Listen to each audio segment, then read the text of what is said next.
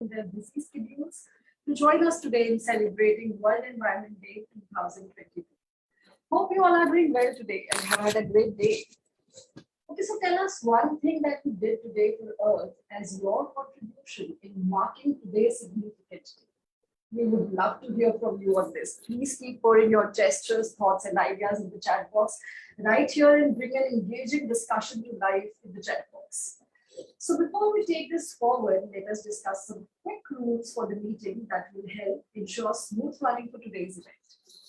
First, and the most obvious, the guests are requested to keep their mics muted when not speaking.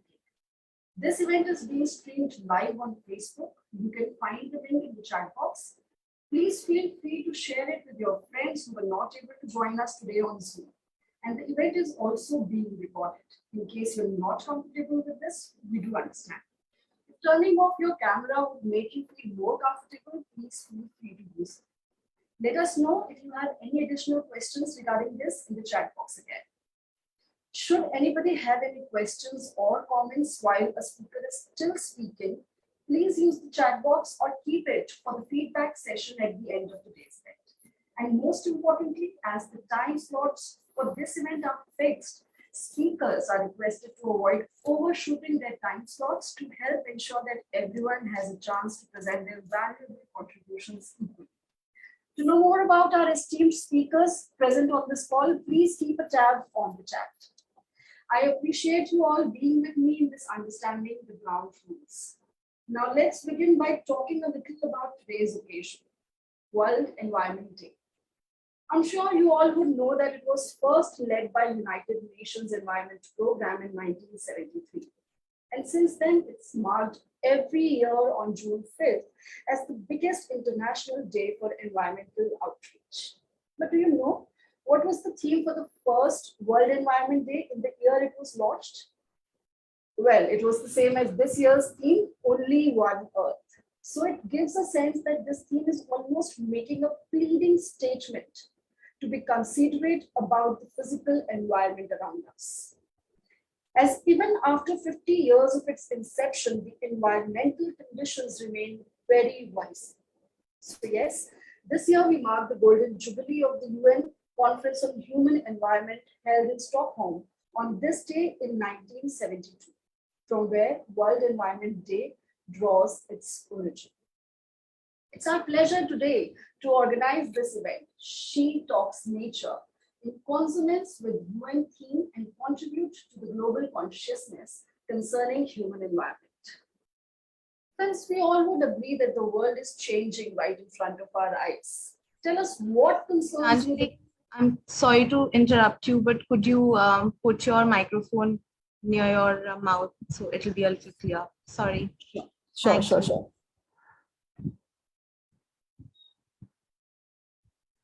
Is it better now, Tanya? Yes, it's perfect. Thank you. Oh, I'm really so sorry for this technical problem. Hope we are all fine with the sound now. Friends, we all would agree that the world is changing right in front of our eyes. Tell us what concerns you the most in the changing environmental scenario today, and what do you think can be a best solution to that crisis? Let us know your thoughts in the chat box. It is very important to hear from each other so that we all can learn and grow together. And who knows, maybe we also work together sometime if your ideas move our imagination. So please keep pouring your thoughts in the chat box. I think we all would agree that in the changing times, we do not need to be scientists to understand the degradation in the human environment around us. We do accept that the progress in technology and innovations are indicators of how well we as human race are doing. But we cannot deny the fact that changes in the Earth's environment are alarmingly scary. Today, the climate crisis aggravates extreme weather events more often than ever before, in which thousands get killed and displaced. And not to forget, this results in trillions of dollars in economic losses. And as we all may be aware, studies predict a rise in global warming by 1.5 degrees Celsius. This means severely impact 40% of the world's population in the coming time. Not just this, if we do not stop now Annual plastic waste entering marine ecosystem is predicted to triple from 9 to 14 million tons in 2016 to 23 to 37 million tons in 2040. Even in the most optimistic scenario in which net zero emissions are achieved by 2050, global warming would still continue. These catastrophic consequences are pushing humanity towards a change of a different kind, a change in our priorities. We'll talk on this and more with our speakers today during She Talks Nature. As more of environment enthusiasts join us for the day, let's talk a little about the organizers before talking about the event itself. She Talks Nature has been put together by BASIC in association with United Religions Initiative as our support partner and Shristi as our knowledge partner. Now, please allow me to tell you more about these three organizations. BASIC stands for Bridge Association for Social Initiatives Aiming Change, and it works towards supporting social initiatives in achieving their stipulated objectives. It supports social initiatives aiming at changing the world for a better tomorrow, initiatives that are conceptualized to mitigate global challenges and provide a solution to human-induced crisis. At BASIC, we believe that the new ways are needed to address global concerns, and these ways emerge with collective action.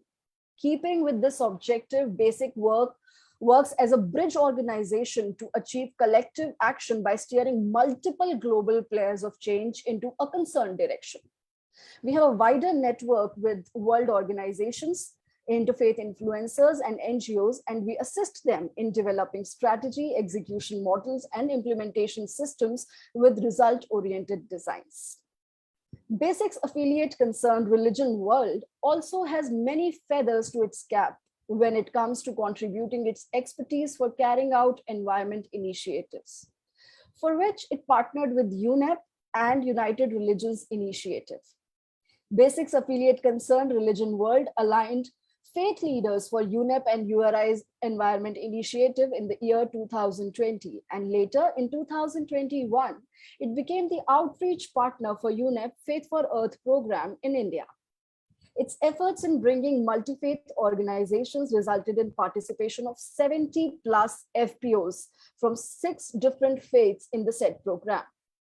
The efforts of religionworld in reaching out to the religious and spiritual organization generated a new wave in the country, in which such faith-inspired organizations started coming forward to work on social and environmental concerns.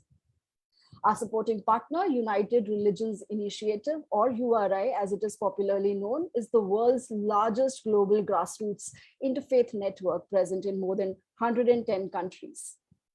URI cultivates peace and justice by engaging people to bridge religious and cultural differences and work together for the good of their communities and the world. It implements its mission through grassroots groups called cooperation circles, which bring diverse people together to jointly engage in community actions such as conflict resolution and reconciliation, environmental sustainability, education, women's and youth programs, advocacy for human rights, and other global and local challenges. URI promotes enduring daily interfaith cooperation to end religiously motivated violence and to create cultures of peace, justice, and healing for Earth and all its living beings. And our knowledge partner, Shristi, is a non-governmental organization founded in 1998 for capacity building and sustainability through innovative mediums in the lives of those who are at the bottom of the pyramid, especially artisans, women, as well as rural citizens.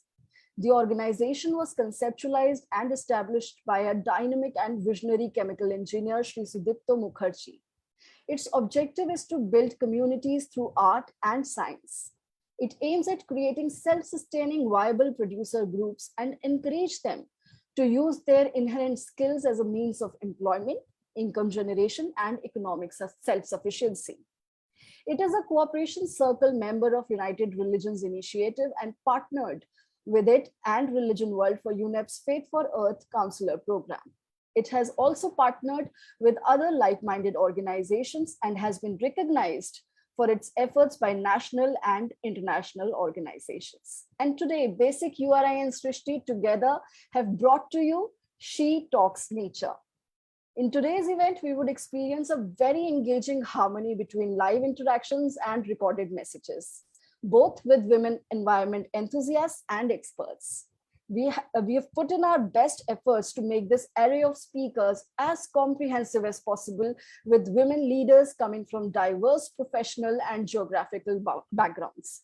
And as you would know by now, through all the promotion doing rounds on the social media, that these women include leaders from academics, faith-inspired organizations, and social change actors. Today, we also take the pleasure of announcing the launch of 3 videos where these women experts and enthusiasts would share the key learnings from their work in the diverse directions concerning environmental threats and challenges. As the world recognizes the complementarity of interaction between gender equality and enhanced environmental outcomes, there is no denying to the fact that women provide invaluable contributions to sustaining communities and managing the Earth's biodiversity and natural resources. She Talks Nature is conceived as an opportunity to honor the contribution of women in protecting the only one Earth. The event would be divided into 3 sessions. First session would include interaction with a woman leader from an eminent academic institution in Delhi, followed by the video of recorded messages from other academic leaders from across the globe. The second session would see 2 similar interactions with eminent women social change leaders and a video of recorded messages from other leaders worldwide. And followed by this, the third session would include an interaction with and recorded messages from women leaders from faith-inspired organizations globally. So without any further ado, let me take the pleasure of inviting between us all our speaker for the first session, Professor Priyanka Kaushal. Professor Kaushal has worked very closely on clean energy technology, society, and climate change interface for the last 18 years. A chemical engineer by training, she holds expertise in the domain of clean energy and value-added chemicals. Her work has ranged from hydrogen as fuels to carbon-neutral communities. She had developed and transferred technologies for captive power generation to MSMEs and SHGs across the globe. At present, Professor Priyanka is an associate professor at the Center for Rural Development and Technology at the Indian Institute of Technology in New Delhi. We are so delighted to have you with us today, ma'am. Thank you, Gitanjali, and many congratulations to all of you. I mean, all the organization that has come together, Basic, Shristi, Uri, and I really don't think it can get any better than this. So many congratulations to all the team who have come together. Thank you so for much. World Environment Day today. Thank so you. Are we going to do it? Thank you. Yeah. So ma'am, please tell us Right. that as an academic, yeah. Can you hear me, ma'am? Can I please put forward my first question? Yes, I can hear you. Yes, of course, please. Yeah, so please tell us that as an academic, what motivates you to have a keen interest in environment as your forte?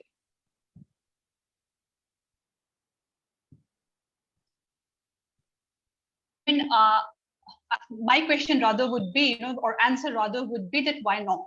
I mean, any kind of activity that we do, doesn't matter, coming from engineering background, science or social science, whatever it is, why society or environment should not be at the very core of it? I mean, we all, as you rightly said, it's one Earth. Every action that we do as an academician, as a researcher, as a citizen of any nation, as a global citizen, every action that we do counts toward the environment, contributes toward the environment, right? And I think we must, all of us should do it. I mean, there's nothing, there's nothing great about it. It should be there. If somebody is not doing it, then there is an issue. This whole problem of global warming, climate change has arrived because somewhere we have been ignorant about our environment. We were so focused on development and certain indicators of development that environment somehow lost the center stage. And if we don't put it at the center stage right now, right at this moment, it will be too late for us. And that's when we thought that especially energy sector, because as you understand, they are the biggest emitter, they contribute toward the maximum amount of all the quantified indicators that kind of harms our environment. So we thought that why not devise technology, why not devise solution that could benefit the environment a bit more. And that's why we are working toward hydrogen as a fuel as well. There are certain challenges, we are working on it, but hydrogen as a fuel is less polluting or almost zero polluting with respect to the current technologies and current options that are there in front of us.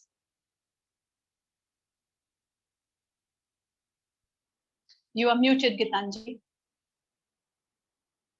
You are muted, Gitanjali. Yeah. So ma'am, please tell us a little more about the best practices in your case. As in, you just spoke about a few, but if you could talk more about, the best fuel, renewable energy available, Okay, so since you talked about the best practice, so let me give you an example. When we were working, one of the UN project that we were doing in Assam, and looking for, it was a livelihood project, it was a development project, encompassing everything: energy, sustainability, livelihood generation, income generation, quality of life, development, education. So UNEP was working on this project to see that how can we improve the quality of life there. And we went there to one of the villages there to identify the challenges and the solution. And we ended up learning a lot from the village. And we realized that the entire village, I'm sorry, I'm not able to recall the name at the moment, was completely sustainable. So every requirement of that community was met internally. They were dependent external things on only 3 things they were dependent to purchase, or you can say they were not able to generate themselves. One was detergent, soap. Second was tea, because tea is kind of a staple drink and a national drink of the country. And for third was salt. Other than that, every need of that community was met internally. So ma'am, can this suggest and we that went there to see that how could we come again? No, I was just wondering that does this suggest that self-sustainability can be one of the ways to, address environment justice?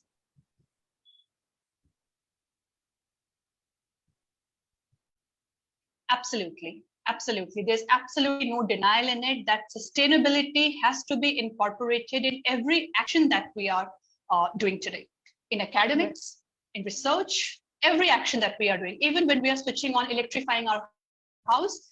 Right now I'm switching on, the lights are switched on. When the meeting is over, it's my responsibility. Of course, it benefits me to switch off the light, but it also benefits, if I save certain amount of energy, I'm also saving some amount of carbon emission, which is going into the atmosphere, right? So I think every action, irrespective of how big or small it is, if we are behaving like a responsible citizen, we are contributing to our environment.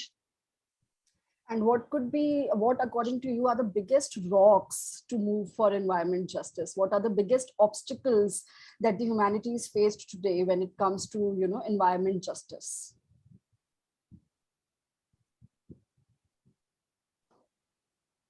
I think it is our behavior, and behavior in the sense that maybe coming from an academic background and sitting at IIT, maybe, or many of us, because we are working in this domain of environment, we understand that, we are seeing it, at least we have the information. Whether we understand or not is an absolute different issue, but we have the numbers, we have the proofs, right?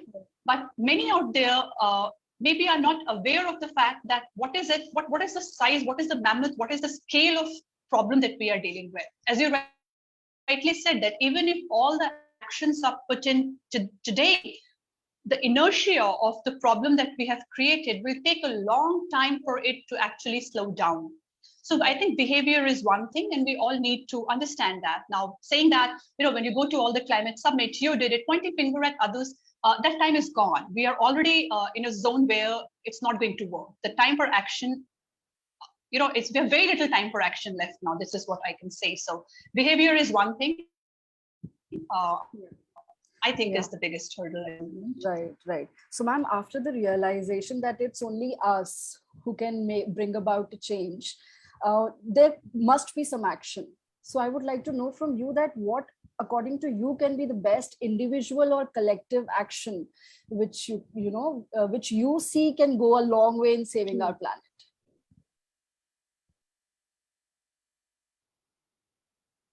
See, the action has to be individual. All the action, because we human being together, no other species in the earth has created it. It's we who have created it, right? It's all anthropogenic activity that is responsible for the climate change that we are witnessing today, and we have to do the action at all levels.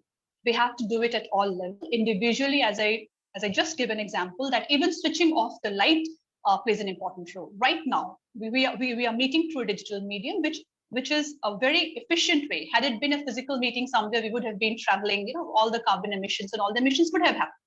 But even when you do digitally, do we know that every email that we send, every email that we send across, at the moment you press the send button, you actually emit 3 to 4 grams of carbon, equivalent of that. CO2 emission, equivalent CO2 equivalent emission happens. So every email that we are sending, a simple lightweight email, the moment you put on more attachment to it, you are emitting more CO2. So the responsibility, even when we are forwarding message left, right, center, we are contributing to climate change. We're unaware of that, but we are contributing. Even those small changes, if we bring it in our behavior, in our actions, we are going to bring. I can say that we can push the climate change by certain time. We can push it, and we can buy time for us to bring in more action from the major emitters. Only when at individual level we start doing something, industries are also doing it, the major emitters are also doing it, power plants, cement industry, agriculture, all of them are working. I'm not saying that they are not working, they are working. But individually also, all the 7 billion people on this planet, if we also start working in the same direction, we will push it by a certain time, and that gives all the major emitters some kind of leverage to work better. Because see, we have some reports says that 1 degree temperature rise has already happened. Some reports says 1.2 degree has already happened. So the bottom line is temperature is rising, right? And if we want to keep it in check, action has to come from every corner of the world and every citizen living on this planet here. Thank you so much, ma'am. So through your very valuable insights into the concern today, we do realize that it is our awareness of our actions which is the most crucial in taking the responsibility of our everyday lives and how it impacts the climate change, the human environment around us. It was our deepest pleasure to hear your enlightening words, ma'am. Thank you so much for sparing time for us today. So now I move further. Thank you. Yeah, thank you, ma'am. Thank you so much. Thank you. Now I request my associates. My pleasure. Thank you. Yeah. Thank you, ma'am. Thank you so much. Now can I request my associates at URI to kindly play the video and culminate the first session?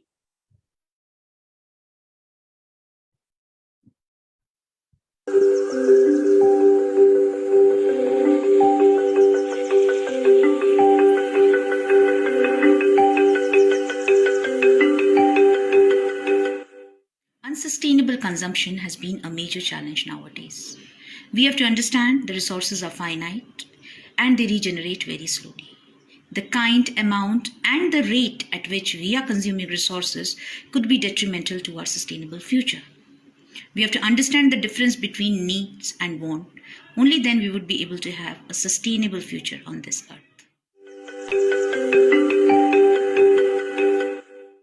I think climate change and the phenomena of microplastics would be the most concerning global environmental challenges, and also how the global leaders are going to handle them. And the learning would be the path of justice without taking responsibility for the historical consumption of resources. We cannot achieve or go anywhere or achieve any goal.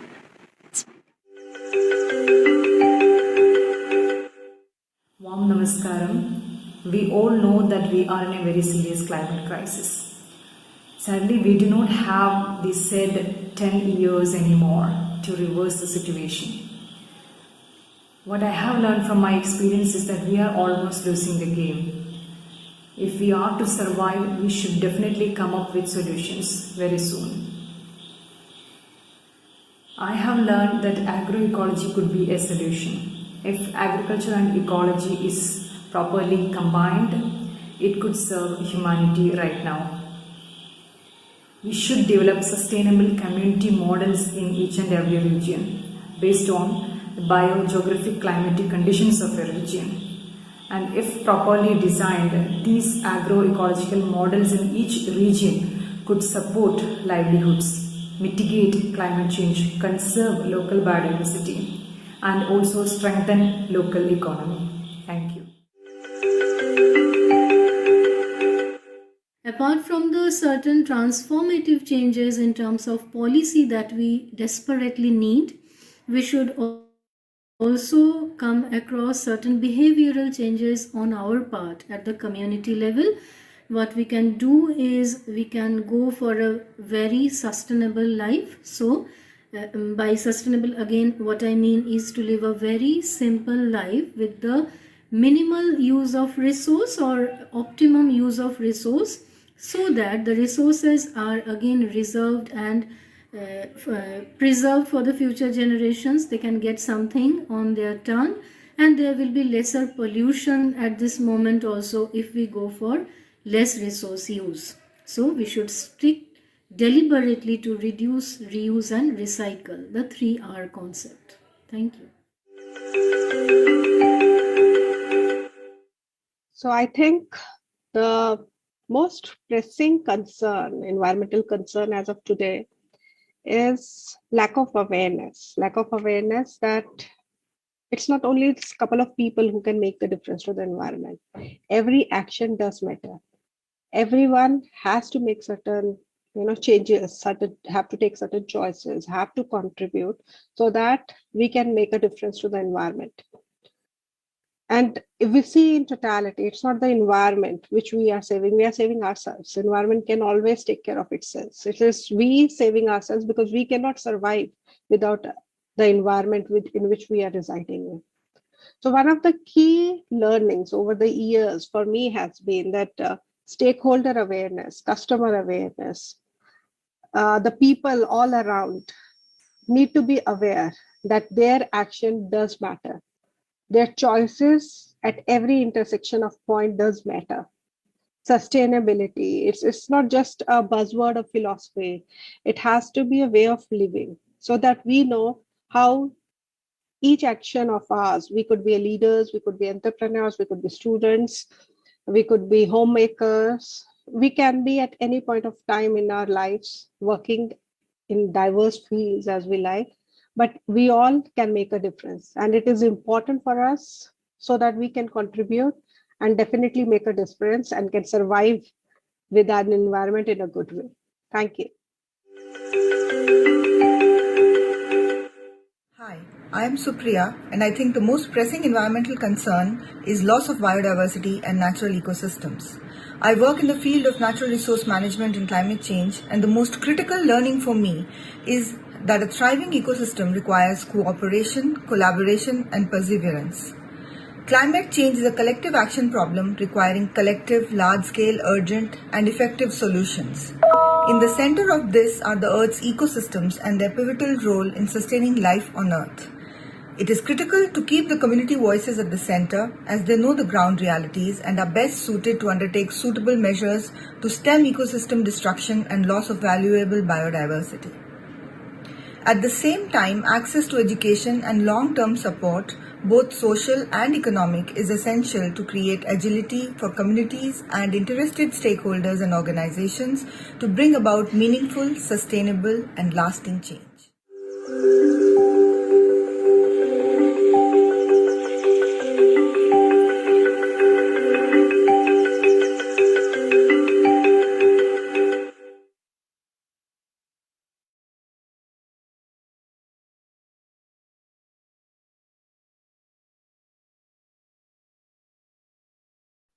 Wow. So I thank each one of these speakers, and I hope you all learned from all these video messages as much as I did. Whatever your thoughts, please let us know where, right here in the chat box. So as we move forward to our second session of She Talks Nature, I would like to invite another very dynamic young woman environment leader who is an active social change actor. Please welcome Asmra Alibhai. Ms. Alibhai works with United Nations Environment Program's Faith for Earth initiative and holds very rich experience in legal research and program management.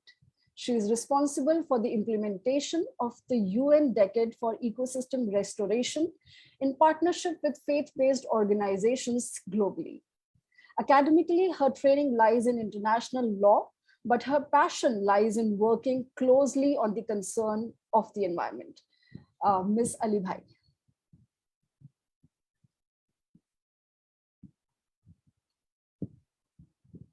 Thank you, Gitanjali. I appreciate so much the opportunity to come and address such a distinguished panel here today. I would like to begin with a short statement. The organizers of the event were kind enough to send us a list of questions, and I would like to begin with the first one, which I think is important with regard to what I do at Faith for Earth and why I do it. And so the first question that they asked us to consider was what motivates me to work for the environment. And I thought I'd be more than happy to share a little bit about my background and my experience and what led me to this point in my career. From a young age, I was taught about the history and ethics of Islam. And I was always drawn to the compassion, the innovation, and the creativity that Muslims exhibited throughout the years, whether it was solving the challenges of their time, carrying out trade, and interacting with diverse communities. And so I'm pleased to share that I come from a diverse religious background and cultural background in a small city in Kenya called Mombasa. And I've always known my city to be a melting pot, one of people, ideologies, cuisine, and perspectives. Growing up, I was always in a class with Muslims, with Hindus, Christians, and so on. We formed an expectation that the way we interact with one another in our community and now in schools is a standard. And we expected the standard to be the same in other parts of the city, the country, region, the world. And I quickly discovered that it was not. And so with that in mind, with my background, especially learning about social justice issues, I came to realize that this social justice is an essential role and expression of my faith. And so it wasn't a surprise when I enrolled for a law degree at Stockholm University here in Nairobi, Kenya, where I currently reside, with a focus on international environmental law and policy. And I thank you, Gitanjali, for your very generous introduction. I was drawn to the idea that the environment played a significant role in shaping our quality of life, access to economic opportunities, mental health, expression of faith, spirituality, and connection with nature. So all of this, while I was studying, was at the forefront of my mind. Like, the environment had always been a critical concern of mine, mainly because in Mombasa, in my hometown, we saw very little about integrating environmental and sustainable principles in our education system, in urban planning, etc. Sprawl is the word of the day when you're thinking about Mombasa. And during the World Environment Day 2022 official program that concluded a little over an hour ago, we heard the executive director of UNEP, Inga Anderson, urging us to choose a better future. And I thought, this is very interesting, because coming back to why, what motivates me to work in the environment, I understand that it's not simply, just choosing a better future, where you decide one day that this is what you want to do and you do it. Because in my study, I've realized that deep-rooted social and racial inequality, socioeconomic reasons have an impact on the profession that we choose, the work that we're able to carry out, and basically the way that we are able to interact with communities and people. And so equitable laws, policy, religion, and culture to me, play such an important role in restoring a balance, in creating this world and a community and a people that are not only prosperous, but also have a sense of wholesomeness, of unity. And so coming back now to the question, more specifically, what motivates me to work for the environment? My answer is simple. It's for the people, it's for nature, and it's for our harmony as protectors and stewards of the earth. This is the message that we share at the United Nations Environment Program, Faith for Earth. It is why it is important that environment action is motivated by our values, ethics, and spirituality.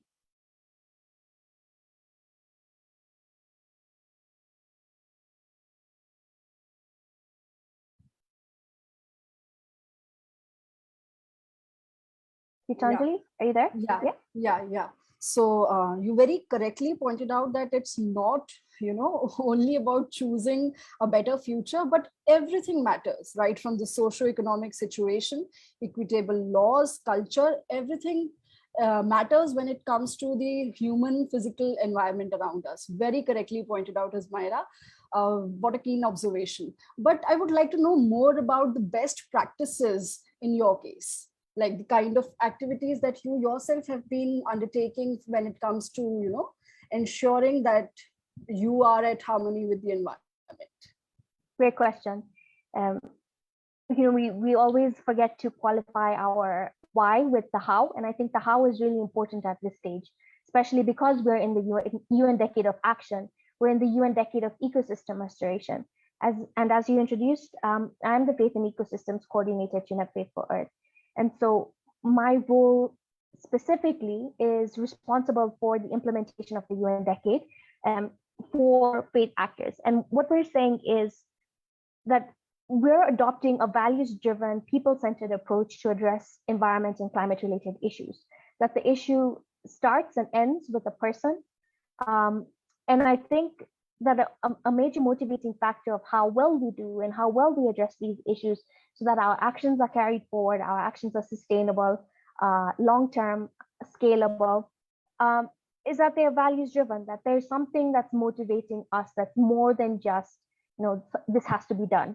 But, I urge the people here today, think about why it has to be done for our own prosperity, for our mental health, our physical health, and also the health of our ecosystem. At Stockholm Plus 50 that concluded on the 3rd of June, faith actors, I must say, played such a significant role in making some resounding impacts and sharing some important messages, whether it was in the leadership dialogue in the lead up during Stockholm Plus 50 or the regional national consultations in the lead up to the conference, or at the plenary, a very high level meeting or part of the agenda of the conference.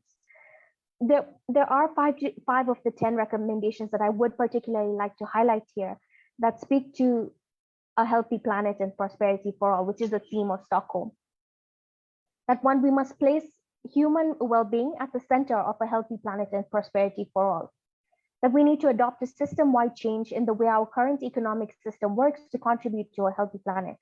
We need to strengthen national implementation of existing commitments for a healthy planet, rebuild relationships of trust for strengthened cooperation and solidarity, reinforce and reinvigorate the multilateral system. Now, I'm not going to spend too much time in saying, why it is we need faith leaders, faith-based organizations, faith communities, indigenous peoples, etc. This whole cohort of stakeholders to effectively engage and address environmental challenges. We all are aware of what our impact is. But I would like to argue that we need religion, spirituality, values, and ethics integrated in our environmental policy and environment institutions to ensure that the role that we envision these stakeholders is effective in affecting change. They play a key role here. Right. Absolutely. So I do agree with you that, our approach needs to be value driven and people centric, because as Priyanka ma'am was also saying, that until we realize that it's not just a need but also just ideal to be conscious about our everyday activity, that we can take care of the environment around us. So Asmra, tell us that what do you think are the biggest rocks or the biggest hurdles when it comes to environment justice today? Sorry, Gitanjali, before I come to the response to that question, I'd just like to conclude the previous one in saying that at Faith for Earth, we've established strategic partnerships and capacity building and e-learning courses. We've been able to reach out to faith-based institutions on a national and grassroots level. And that's thanks to organizations like URI, like religionworld, and like Shristi that we have been engaged with in the past. But we have similar partnerships like this all over the world. And that's to say that our engagement is informed by the excellent relationships, the good practices, and learning experience by faith-based organizations.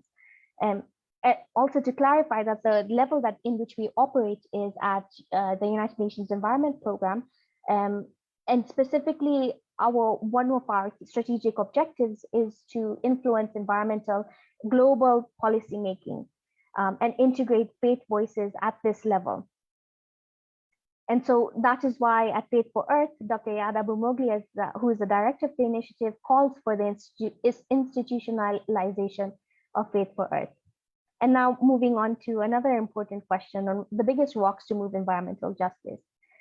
From our perspective as UNEP Faith for Earth, I think the rhetoric at UNEA and the stakeholder dialogues at Stockholm is clear, that we need to be in a listening capacity to the actors that are doing the very real and excellent work, and that there's a need to rebuild trust, not only with governments for effective multilateralism, but also with institutions. And here, of course, I refer to religious institutions that have been part of historical injustices, that have, in some capacity,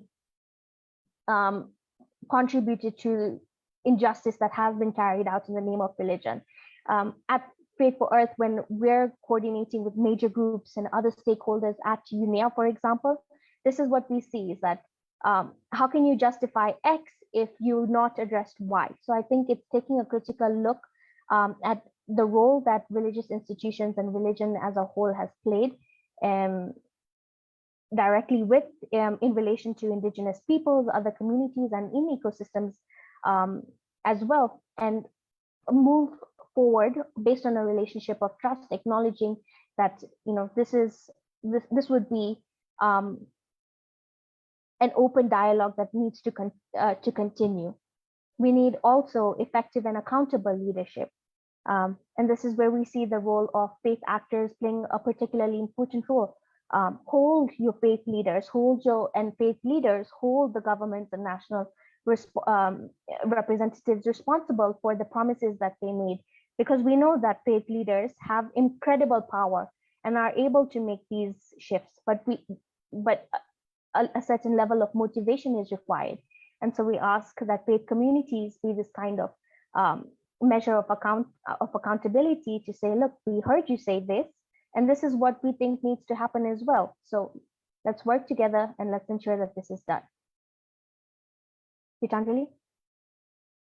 Thank you, Asmra, for your really brilliant thoughts. I do agree that, it's very interesting when you talk about the role that religious institutions and faith actors, faith leaders, which, the role that they together and they as an individual organization can play towards, sensitizing people, because the reach of faith actors and faith leaders today in be it any part of the world has crossed barriers and of geography, social, economic divides. So the kind of reach that these leaders have, across the world should really be captivated when it comes to, using them as a platform to sensitize more and more number of people towards environment and its concerns today.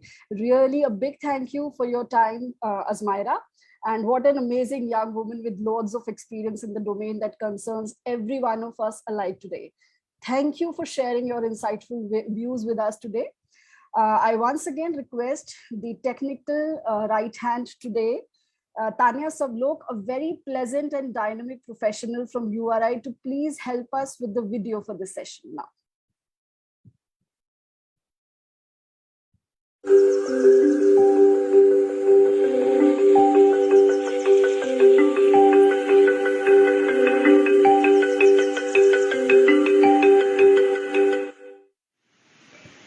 United Nations Environment Programme, Faith for Earth introduces a new development paradigm in environmental policy making. Faith, values and ethics, and the socioeconomic power of faith actors have the potential to accelerate action in response to the triple planetary crises of climate change, nature and biodiversity loss, and chemicals and waste, to achieve the Sustainable Development Goals and the Paris Climate Agreement. Pollution created by plastics is one of the most pressing environmental concerns today. It poses dangers to all forms of life. It affects the marine ecosystem so badly, and I'm working on creating awareness among teenagers about the harmful effects of plastic waste and encouraging them to avoid the use of single-use plastics. Let's protect our marine ecosystem and our only one Earth. Thank you. Pressing issue today is that people have started to lean towards comfort and lavishness and ignoring the impact of their action on environment.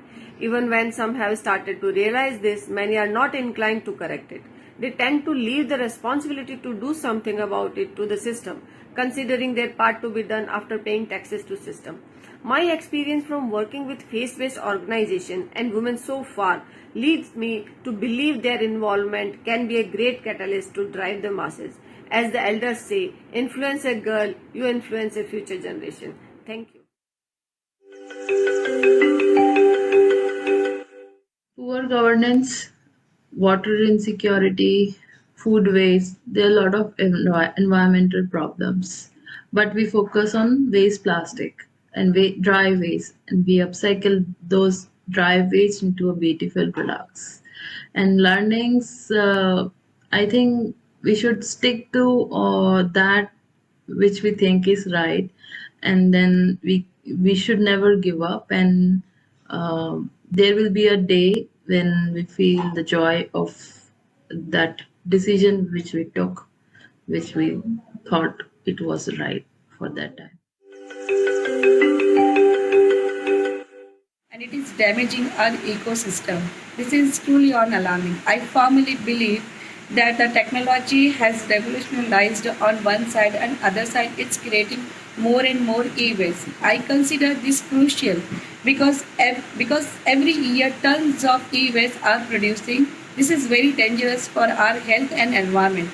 I passionately believe that the proper disposal of e-waste can be good for the environment. That's why with the partners, we are spreading awareness to individual organizations, societies, the what need to be done, and the minded people should learn, come forward, and collaborate, support, and collaborate and support and engage it for a better future.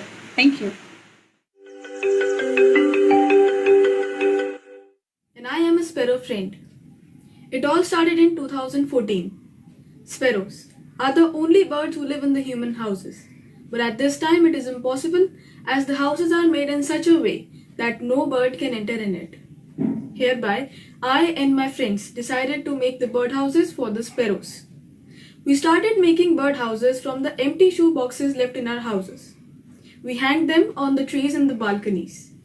Within 6 to 8 months, a massive change was seen. The sparrows came back in our locality. We believe Homo sapiens are not the masters, but the users of the world. Most pressing environmental concern today is global warming, loss of biodiversity, plastic pollution, air pollution, deforestation, melting ice caps and sea level rise, greenhouse gas emission, 5G technology, overpopulation and war.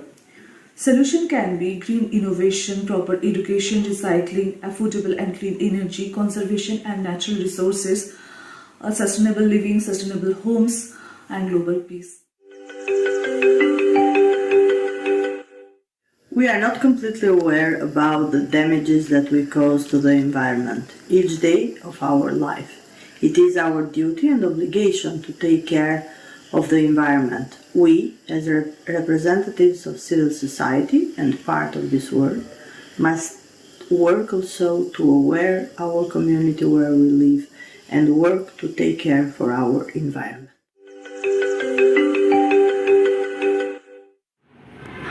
One of the most pressing issues that I believe right now is the unending use of plastics. We need to find alternatives to plastics.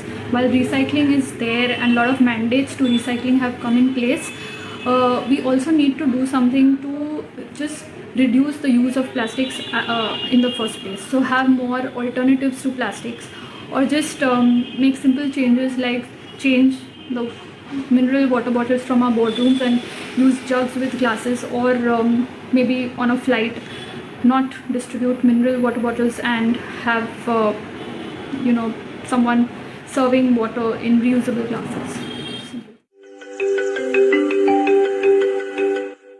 The biggest environmental concerns, climate change, biodiversity loss, and pollution, require our urgent attention. But the underlying cause, I believe, is the disharmony between the earth and us, which reflects in our behavior, consumption patterns, the way we manage waste, the policies that we create, and the way we harm the environment like it's something separate from us. The earth is suffering, and so are we. And if we try to rekindle our connection with the planet as individuals and as a collective, I believe that we might see some shifts. At least this is my hope. Thank you.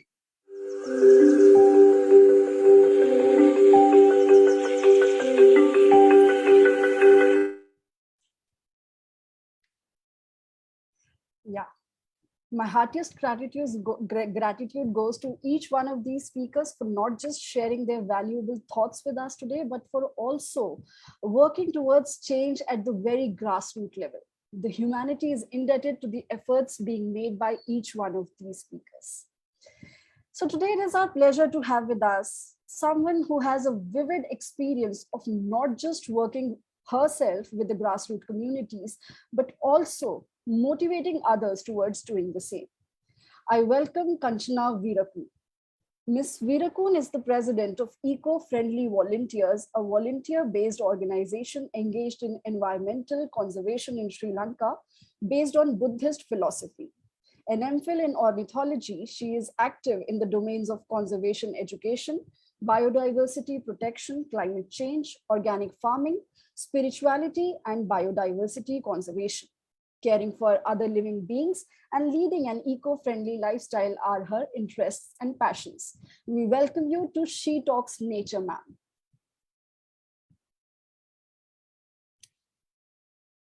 Ma'am, are you here?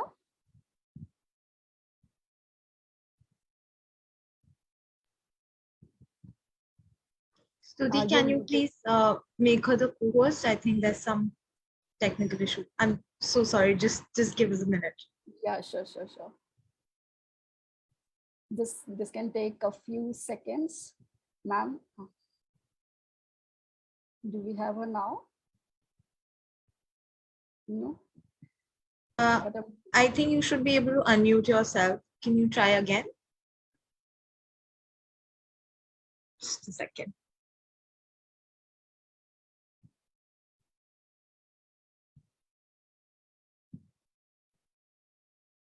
Please accept the request to unmute.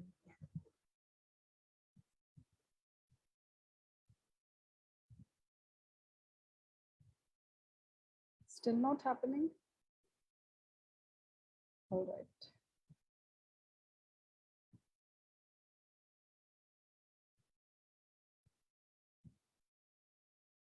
So working with the grassroots communities, I guess, we are talking about e-waste disposal over here. We're talking about, all the big measures being taken by organizations and individuals. But we get a very interesting question in our chat box here, wherein a homemaker is asking about, how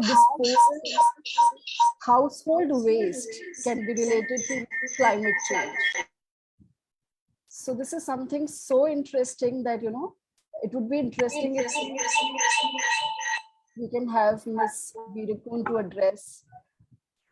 Now I think you can hear me. Yes, absolutely, ma'am. Absolutely. Yeah. Thank you for letting me in some technical errors. No, it's a pleasure to have you here with us today. Thanks for sparing your time for us.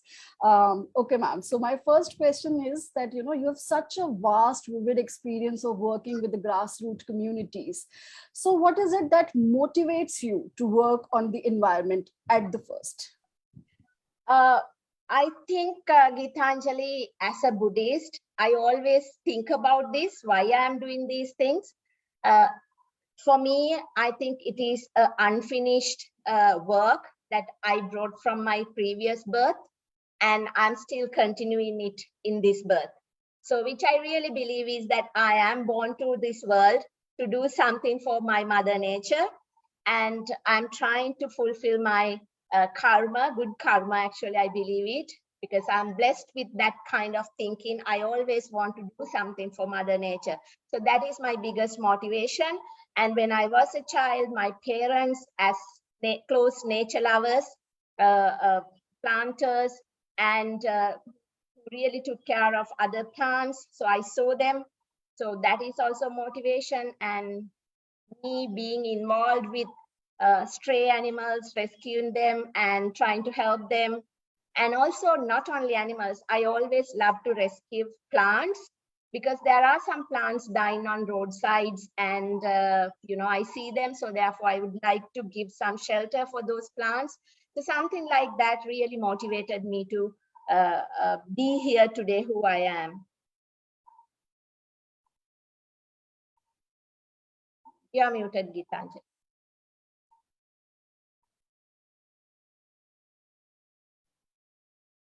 So I was saying that these are the small things which, often are not considered as equally important when it comes to, understanding and working towards climate change. But it is something which truly does matter, as one of our participants and the, listeners today also has asked about the disposal of the house waste and how it can impact the climate change and the physical environment around us. So, ma'am, I would like to know from you that what are the best practices in your case that you've taken up through your individual or, organizational efforts?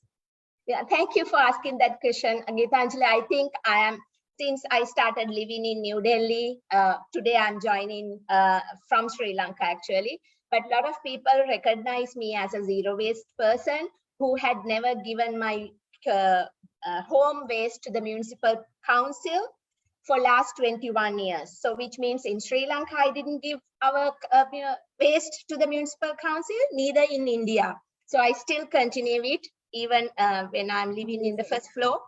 So that is one of my best practices, and I love it because I know that for last 21 years, we did not contribute for ocean pollution with our plastics and all. So I think even in Delhi, I'm quite popular with these eco bricks introducing to Delhi. So all the non-recyclable plastics are trapped in these plastic bottles, and eco bricks are construction materials now. So, but all other plastic waste and everything is recyclable once given to the recyclers. Actually, I heard somebody mentioning 3R practice, but what we have been doing is 10R. So we are practicing 10R, and conscious consumerism is one of our biggest best practices. So we always try to be very conscious on our consumerism. Therefore, no waste is generated, actually, even not wet waste is generated. Therefore, the house composting is also very minimized. So those are the very consciously living is very much a best practice. And also being an eco-friendly individual is a best practice. So me and our associates and my family members are always try to be eco-friendly. And even when shopping and when it's come to the healthy living and lifestyle, household work, using energy, purchasing something, even giving a gift. We never give a wrapper for the others. No balloons, no plastic. So, we just carry the gift as it is, or even we put the gift into a cloth bag and give it away. So something like that. Those are very tiny things. We are very much focusing on such. And of course, we are trying to bring actually touch two other people who we can change. Therefore, they also can become environmental friendly people. So it's like breathe in and breathe out. All these best practices are embedded in our lifestyles. So that is what we are trying to do. Wow, this is so interesting, ma'am. I think we should organize another webinar wherein we can listen to all the, these minute things, these little details that you are doing to, which are going to go really a long way when it comes to, working towards a better tomorrow, I'm sure. So this is one, and but it would be interesting to know from your perspective, what do you think is the biggest roadblock, is the biggest hurdle when we talk about environment justice today? Yeah, Geetanjali, I think with my experience, it is the biggest rock in our lives is egocentric. Humans are very much egocentric. Therefore, they don't see any other junior levels, or because we believe that humans are the species on this planet.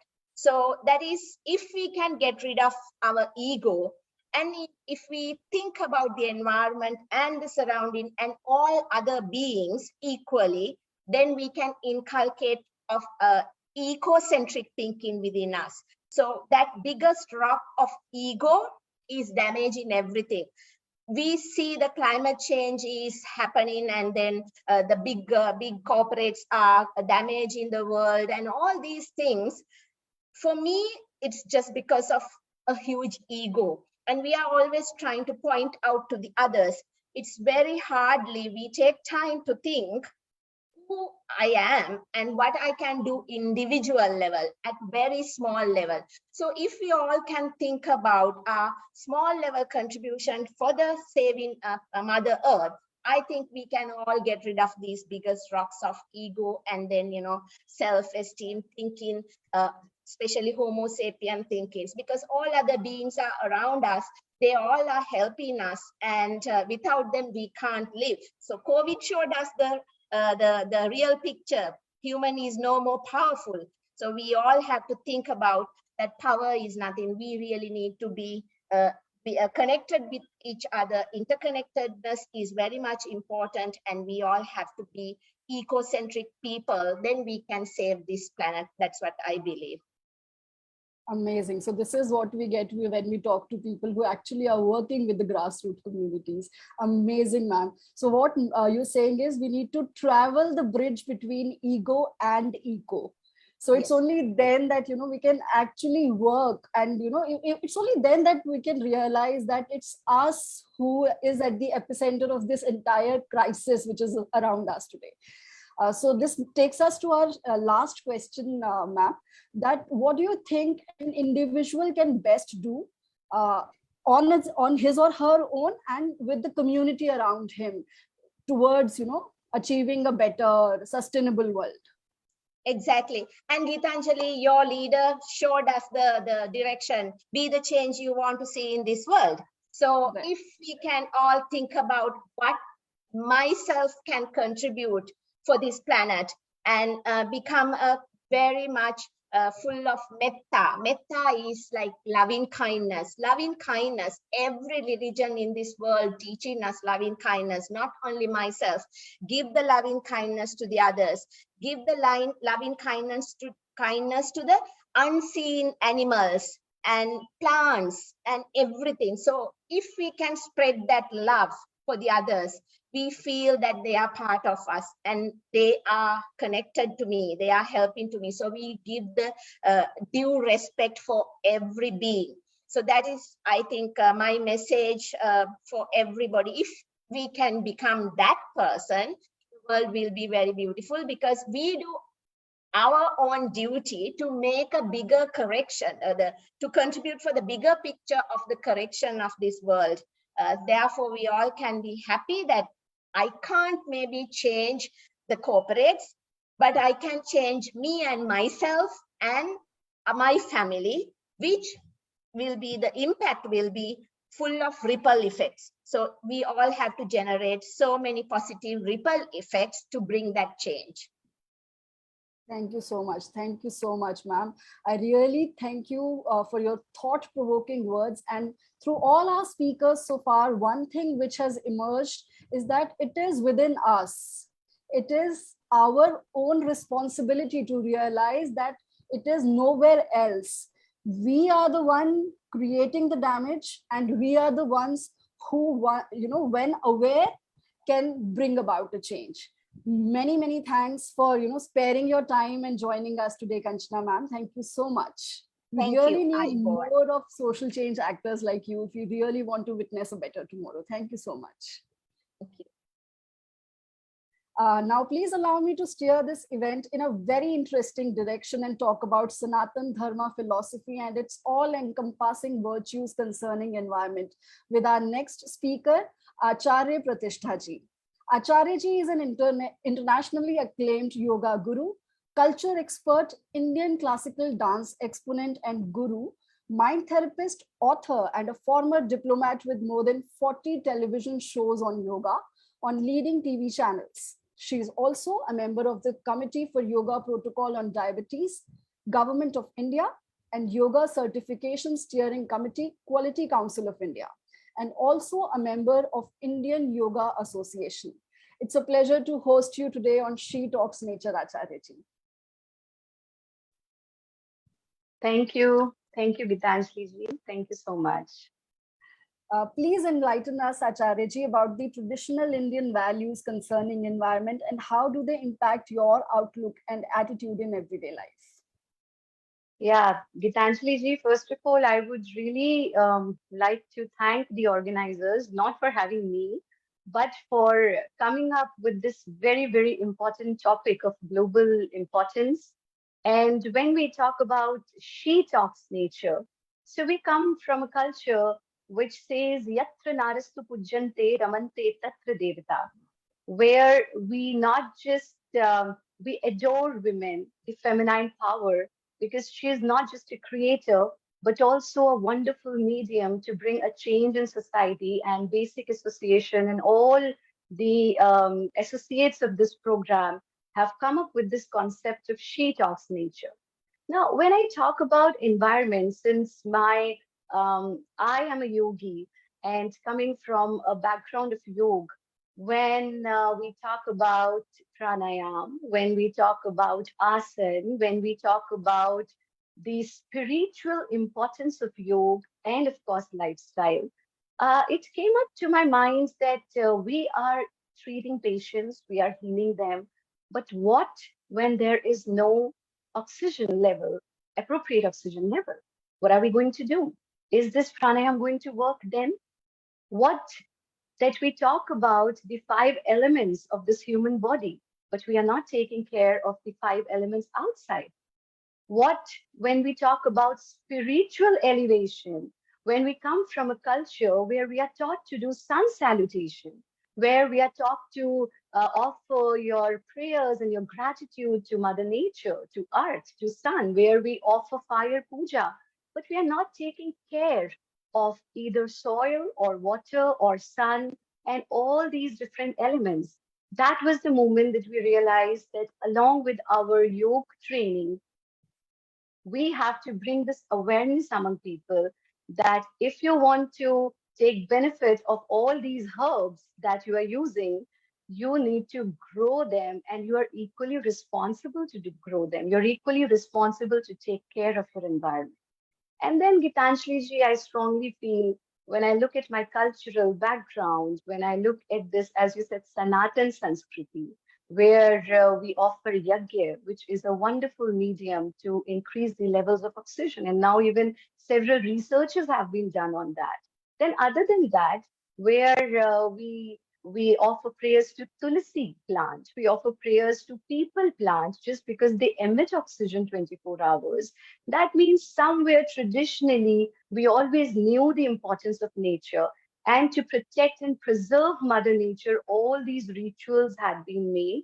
And this is the high time that we take a U-turn and we walk towards this path of universal harmony.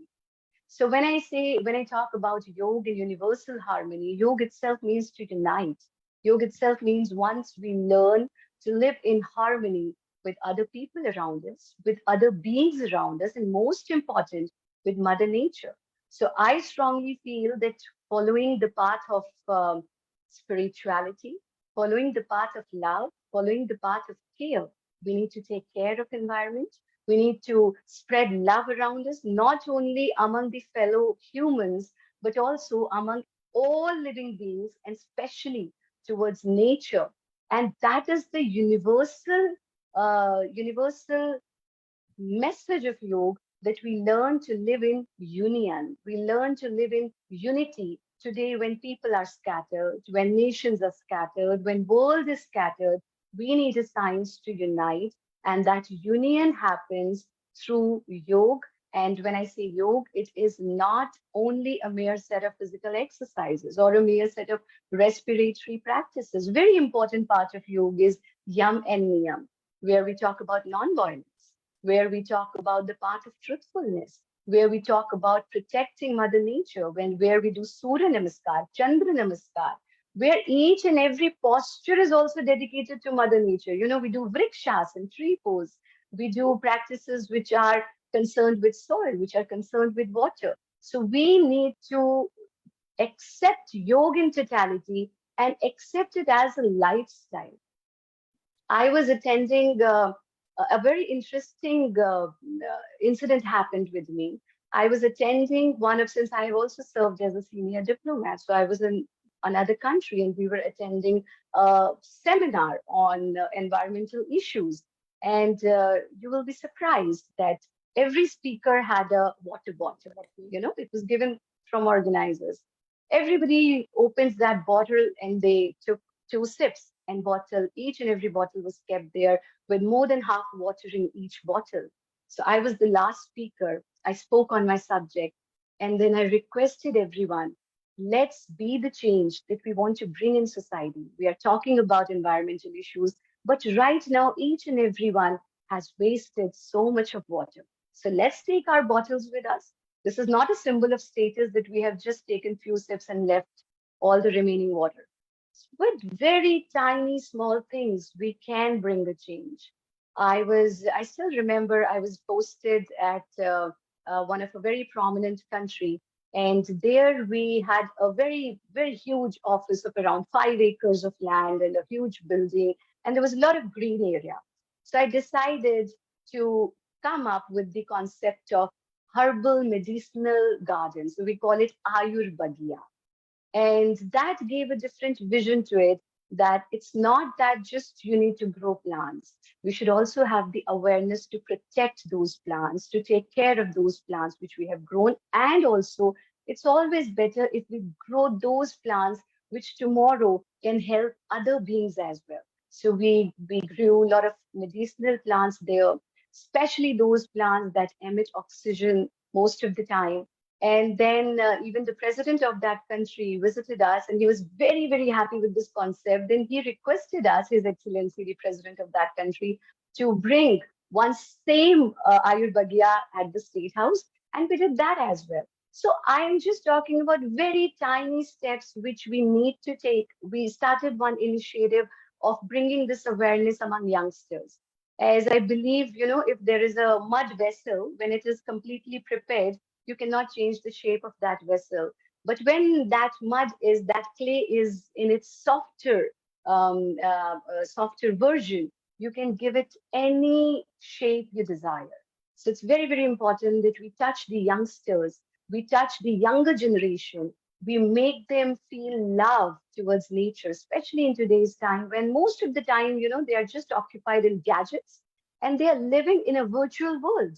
We need to bring them out of their houses. We need to teach them how to take care of plants. We need to teach them how to be grateful to Mother Nature. Be grateful for the water you are getting. Be grateful for the food you are getting. Be grateful for the sunlight you are getting. And we have made it a part of our curriculum. And we are trying to teach it to younger people so that they are that kachiniti, you know, which can be given any kind of shape.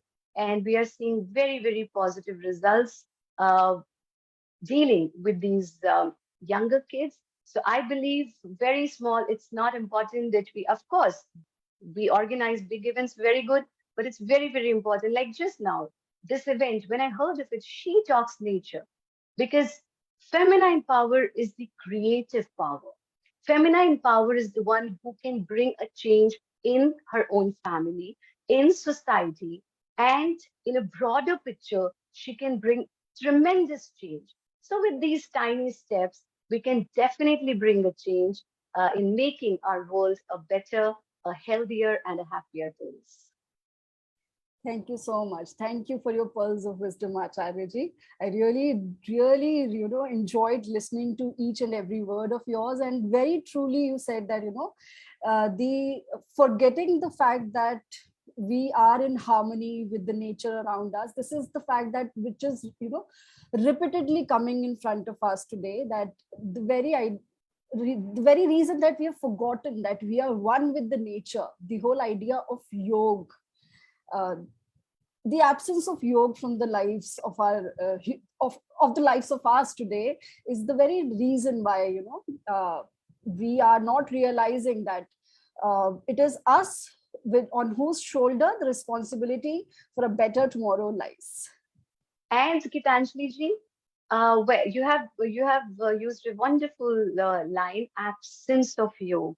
I call it, we, even if we have adapted yoga, we first, this yoga became yoga, then it became yoga and meditation, then it became yoga and pranayam, remaining the only physical aspect. And then we talk about just that it's a mere set of physical exercises. We need to accept and adapt it in totality. So when we learn to adapt it and accept it in totality, then only we can bring a change even at the level of body as well. Until and unless we don't learn to live in harmony with Mother Nature, what to say of mind and spirituality, we cannot even bring a positive change in our bodies if we are just talking about body also. But yoga is a science that touches all the levels of human life, whether we talk about physical level, mental level, social level, emotional level, intellectual level, financial level, environmental level, and even spiritual level. So we need to adapt it in totality. Thank you so much. Thank you for your really, really kind words, ma'am. It really, have enlightened us, and it has somewhere struck a chord which was missing from a very long time, that, until and unless we realize that the realms of our individual existence are very closely tied to the different realms of the nature around us, we cannot really work towards the change that we really aspire to see. Thank you so much. And with this, I take the pleasure of, announcing that She Talks Nature is trending on Twitter right now on number 8. So it's a really, really big achievement, and it could not have been possible without the gracious support of all our learned speakers and participants from across the globe who have joined us to listen to the program, and also through the recorded video messages. All the women enthusiasts and experts, we really, really thank you for coming together and making this really a big success. Thank you all. And with this, I now request my technical support system, Tanya Savlok, once again to please play the last video release for the day.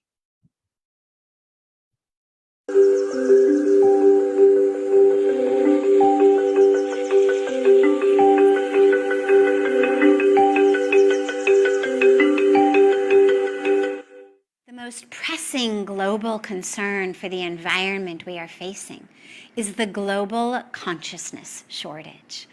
We are facing imminent, disastrous global water shortages, global fertile land and soil shortages, which will lead to global food shortages.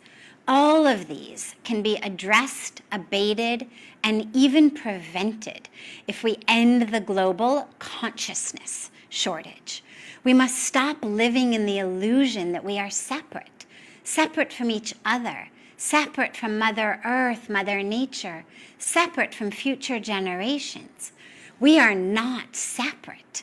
We are one connected, interwoven humanity.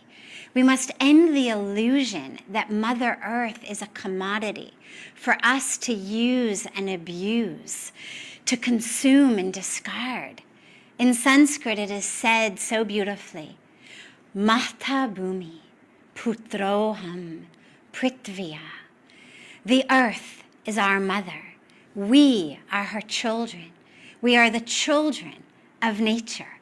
If we wake up, stand up, open our eyes and hearts to the truth, and expand our consciousness, we can heal the earth and save ourselves. Somos parte de la Tierra. Su belleza, profundidades y misterios nos llenan de maravilla y nos conducen a alabar a Dios. Pero la desaparición de especies de animales y plantas y la amenaza del cambio climático sobre pueblos y criaturas hoy nos llaman a actuar. La era de los combustibles fósiles necesita terminar. No nos queda mucho tiempo, pero aún tenemos el poder para decidir el futuro de nuestras próximas generaciones. El reto es planetario, pero también es la presencia de las comunidades de fe alrededor del mundo. 6 billones de personas de fe que necesitamos vivir nuestros valores de fe, escuchando la sabiduría de la Madre Tierra y el grito de los que sufren. Water, or the lack of water, is my biggest environmental concern today. We have to protect the springs, the trees, the forests. I learned that those who protect the environment the most are indigenous people. Please listen to the indigenous people. A blessed World Environment Day to you.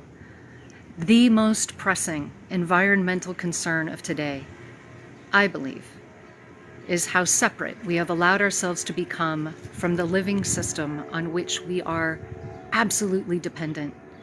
We are so beautifully woven into the land, the water, the plants, the trees, the animals, all of whom support us. And so my key learning is to reconnect as intimately as I can with all of these teachers and to be in communion with them.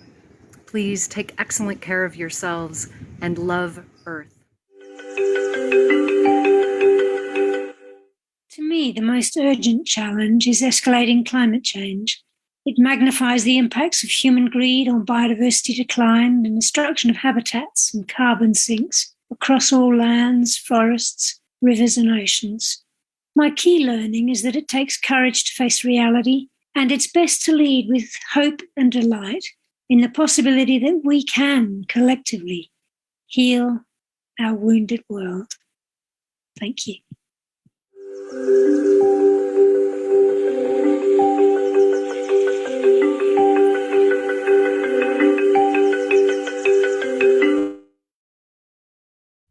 Wow. So listening to such enlightened souls really encourages one to get in harmony with the nature and to be conscious of our actions and their impact on the environment around us. Such speakers are a reminder that we can save our earth only when we realize that we are not distinct from it. I thank each one of these speakers today. And take the pleasure of inviting one of these speakers live between all of us today, who has been patiently listening to the entire event. And nothing can be more satisfying right now than listening to her reflections about the event as we move towards its closure. Please welcome Reverend Lauren Benham. Reverend Lauren is the Climate Action Coordinator at the United Religions Initiative. Before coming to URI, she has served as a chaplain in both healthcare and corporate settings and been a seminary dean at the Chaplaincy Institute. Her passion for spirituality, art, and Earth's teachings construct her focus in eco-ministry, grief and loss, and sacred activism. Along with her engagements and responsibilities at URI, she also manages to write for publications exploring theology, spirituality, and public events. She is also a spiritual director and serves as guest faculty for several schools. Please welcome Reverend Lauren Benham. Thank you, Gitanjali. It is my pleasure to be with you all on World Environment Day. And you're right that this has been such a rich and rewarding experience to hear all of the wisdom that has been shared today. So just in a few moments, I would love, as the Climate Action Coordinator for URI, to offer a brief summary and some reflections based on what I have experienced with you all today. First of all, what a wonderful trifecta to sort of think about academic perspectives, social change perspectives, and faith-inspired perspectives.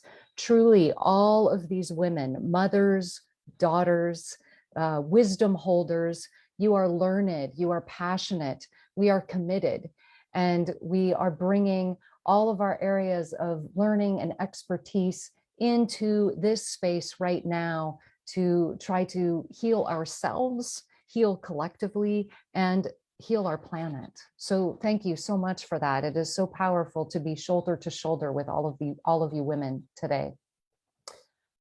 One thing that I have heard that I will just offer to all of us to continue to chew on a bit and think about is a bit of a cycle. So we heard today that so much of this begins with individual action, right? Turning off our lights matters. Being thoughtful about what we purchase, what we are doing with our plastic, all of these individual actions really matter. And we've heard wonderful suggestions today about how we can be thinking more about how our behavior and what we do.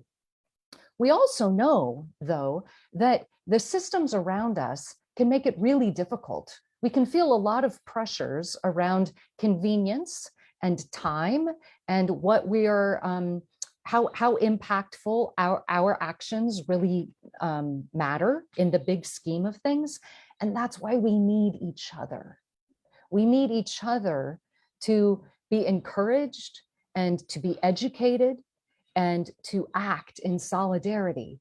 And so that's the importance of community, so that we can shore one another up when it starts to feel difficult or overwhelming or confusing. That's really important.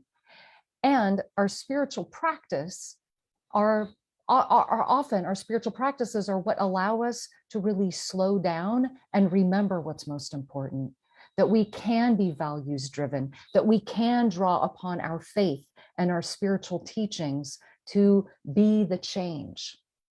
And as we slow down, because of our spiritual practice, we remember another thing that I heard of many times today, which is about caring for what we love. We love Earth and Earth loves us. When we slow down enough to be in communion with her, we remember this. We realize that we don't want to be causing harm. And that is when we can really, really begin to change the system. So to Asmra's points, this decade of action, this ecosystems degradation, the decade on ecosystems restoration, pardon me, this is all about all of us taking action, and it does need to be people-centered. We do need to keep the environment at the core of our development changes. And it is so important that we remember that we are connected to this living system, that we are connected to nature. So I hope that you'll, with me, take some of this away and begin to implement it immediately in your life. It's interesting to sit around the fire and hear the stories and receive the teachings. And then it is our moral imperative to go out there and do something with it, to live the change, to be the change. So please do love Earth. Please do find one another and provide the encouragement and seek the encouragement you need to do what we have always been called to do, which is to be alive and to live from love and to really, really take care of this system that gives us our life. Thank you so much for being with us today. And Gitanjali, I hand it back to you. Thank you so much, Lauren. It was really a pleasure listening to your words. And I do agree that we have a few takeaways from our today's event. individual action, awareness, and realizing the connectedness with the environment around us should come first, and it should come organically to us. And this would come organically only when we would realize that, spiritually, our core, it's the same with the nature. It's one with the nature. And if we advance ourselves to that spiritual level wherein we reach that core, we would not have to make an artificial effort to realize that the nature is not something out there. We are the nature. And to take care of the nature is to take care of ourselves, take care of our actions, and to respect our consciousness. So these are the few takeaways that I too personally, had from today's event. It was really, really a pleasure listening to you, Reverend Lauren. Many thanks for sparing time for us today. And I now invite Tanya, who had been taking care of the virtual backstage of the event till now, to please come in front and present a vote of thanks to our speakers and participants today. Ms. Tanya Sablok is CC Liaison and Communications Officer at URI North India. As a communications professional, she loves to engage people in North India in interfaith and intergenerational dialogue, and is passionate about interweaving faith-based and indigenous solutions with an interfaith approach to solving local challenges. Tanya, everyone. Thank you, Gitanjali, and thanks to each and every one of our esteemed speakers who are present here today and have graced the event with such wise words and something to think about. I have a lot to take away from today's event, and I do hope that each and every participant today has the same to do. And it's a great thing, and I'm so happy to know and like reiterate the fact that She Talks Nature is trending on number 8 in India, and it's such a great thing because usually it's always something related to hate or something political, which is very unproductive, that's trending. But this is trending, and it's nothing could bring more joy to me, and I think each and everybody present here today. So thank you to all of each person present on the call. And I would like to express my gratitude to, of course, Basic, Shristi, Bhavya ji, Gitanjali, Pinaki, Lauren, and all our esteemed speakers for joining us today and for making this a great success. Certainly, it goes without saying that a step towards preserving our environment and protecting our nature is a step that requires collective awareness, integrating technologies, and devising policies that compel us to take actions on a moral front, and it ripples out to really bring the change. And every individual is an equal part of this crisis, and every step towards protecting the environment is a step towards protecting each and every one of us. I would also like to give my thanks to the audience, especially, and Jyot and Stuti, who have been silently and invisibly handling a lot of things at the back end. So special thanks to both of them. And with that, I would say a goodbye to you and a very, very happy World Environment Day. Thank you for joining.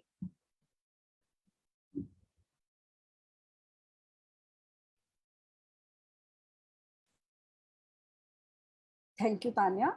I once again thank you all. Yeah, a very happy World Environment Day to all.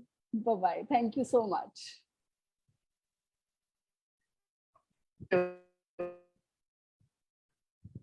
I think, Gitanjali, I think this will be a great time to hear from everybody. If anybody wants to share their reflections or questions. Sure. Anybody from the audience, any gesture, any observation, any feedback, any question, anything that you want to pour in, please raise your hand.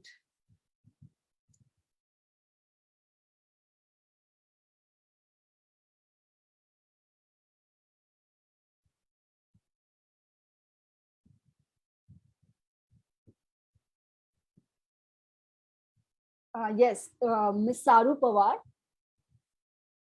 Please go ahead. Hi, ma'am. Actually, I with my 3 little friends making seed balls, and thank you so much for making me. I'm not comfortable in English. Can I speak in Hindi? Yes, please go ahead. Please. Thank you so much कि आपने पूरी दुनिया भर की इतनी अच्छा काम करने वाली सभी महिलाओं के साथ हमें कोऑर्डिनेट करने का मौका दिया। आज मेरी 3 छोटी फ्रेंड्स है, मतलब 10 to 12 years हम सीड बॉल्स बना रहे हैं, और मैं उन्हें इंस्पायर करना चाहती हूँ कि वो भी आगे ऐसा कुछ कर सके। So thank you so much. बहुत बहुत अच्छा लगा कि इतने सारे लोगों के एक्सपीरियंस और उनके फाइट्स हमें मिले हैं, और आगे लड़ने के लिए इस क्षेत्र में काम करने के लिए मुझे भी मोटिवेशन मिला। Thank you so much. नहीं, आपका बहुत बहुत शुक्रिया सारू जी, आप हमारे साथ जुड़े, और आप ही लोग हैं जो एक्चुअली काम कर रहे हैं एनवायरनमेंट के लिए, और आप ही के काम से मुझे लगता है आज नहीं तो कल बदलाव जरूर आएगा। तो प्लीज अपनी इस लड़ाई को जारी रखिए, और हम आपको जब भी मौका मिलेगा हम आपसे जुड़ते रहेंगे। आप हमसे जुड़ने के लिए बहुत बहुत शुक्रिया। Now let's take the second question observation. Alpini Deshmukh. Yeah, good evening to everyone, and thank you all the panelists and the program coordinators for this wonderful platform. I think we have a physics law, right, which says that energy is neither created nor destroyed. It gets converted from one form to other form, right? And as a practitioner of sustainability, I firmly believe that, there is expiry of expiry, right? So how do you reuse and recreate for sustainable living makes a difference. I have a small project which I run as a passion called as Trash to Treasure. So I think there is potential with everything that we have. It's just that how do we reimagine and reuse it? So thank you, team. Thank you so much, Ms. Deshmukh. It was a pleasure listening to your feedback. And I'm so happy to see so many, raised hands.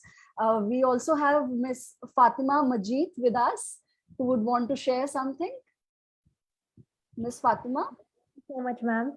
Good evening to everyone present over here.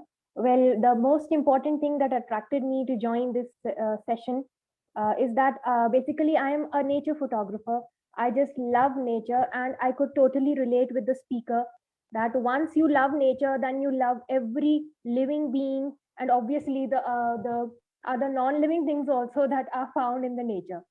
So I myself is a very, very passionate, you can say a pet lover. So I always try to make sure that the pets, the stray animals, they get the equal, you can say the love and care. And today itself, I just went out and I gave water, and I was like, oh, let me also give them a little bit of cold or like a mixed water so that they can get a cold drink and all that.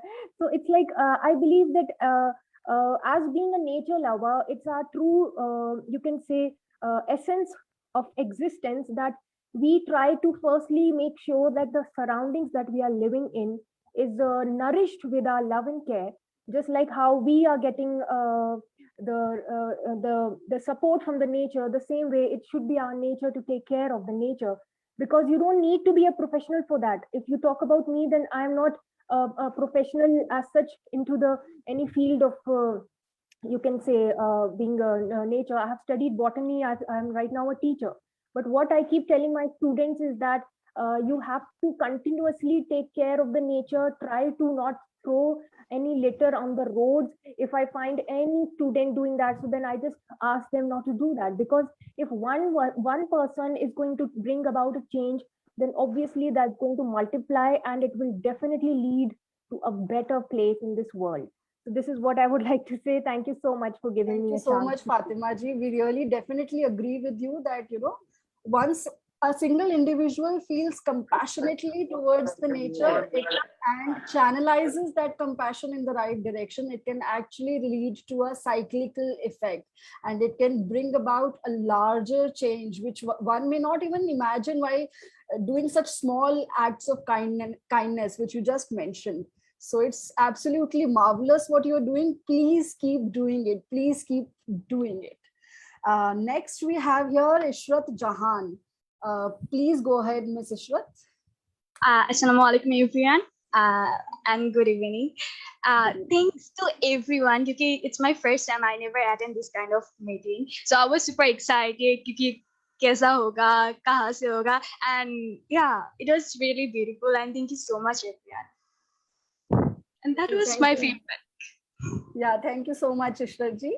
Do we have more? Yeah, we have Miss Shehnaz Malik who would want to say something. Please go ahead, Miss Malik.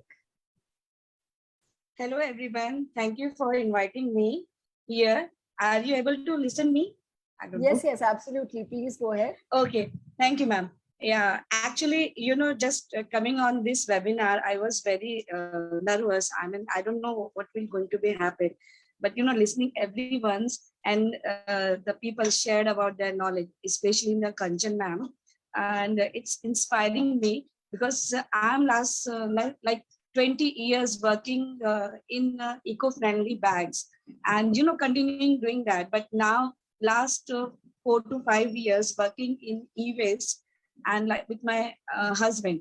So it was like downing me, I mean not motivating me so much, but experience, I mean sharing my experience here and getting others, it's motivating me for the future. Thank you, ma'am. This is the I'm getting from this webinar.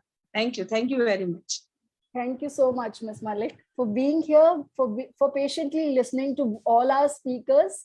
And each word that you just said was a huge contribution to the event today.